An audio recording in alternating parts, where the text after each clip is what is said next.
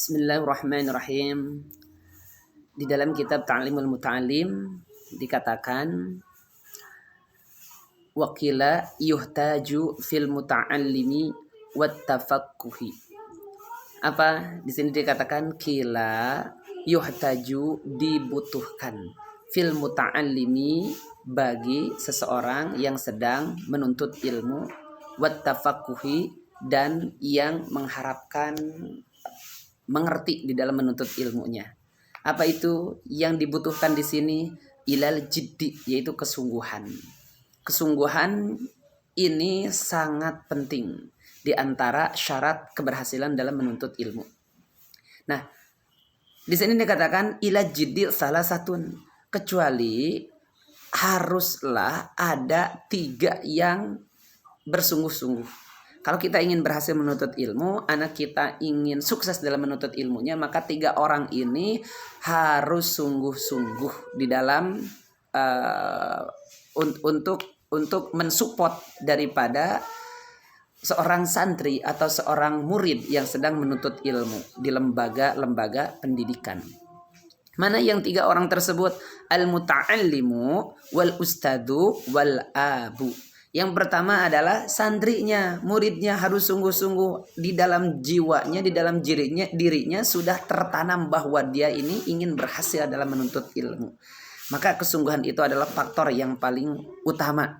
Sehingga ketika dia menuntut ilmu tidak memikirkan hal yang lain. Tidak memikirkan main, tidak memikirkan jajan, tidak memikirkan ingin pulang apabila pesantren. Nah, ini sangat penting. Nah, yang kedua siapa? Ustadz, gurunya. Gurunya pun harus sungguh-sungguh di dalam mendidik putra-putrinya dengan akhlakul karimah, dengan suri tauladan, mencontohkan ini yang harus dilaksanakan dan itu yang tidak boleh dilaksanakan dengan apa? Dengan lisan dan perbuatan. Tidak cukup dengan lisan saja, harus juga dengan perbuatan.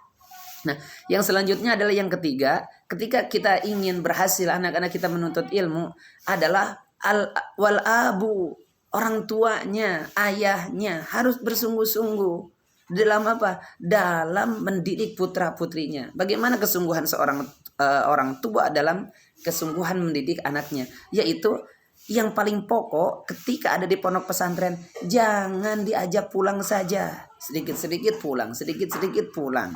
Anaknya ingin pulang, diridhoi untuk pulang, bahkan dijemput. Nah, kalau halnya tidak urgent, jangan. Ya, kalau memang tidak syar'i, tidak urgent banget, jangan.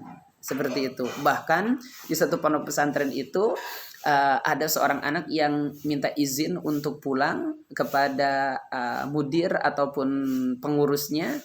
Untuk apa? Ada yang meninggal saudaranya. Apa jawabannya? Emang kalau kamu tidak pulang meninggalnya nggak jadi.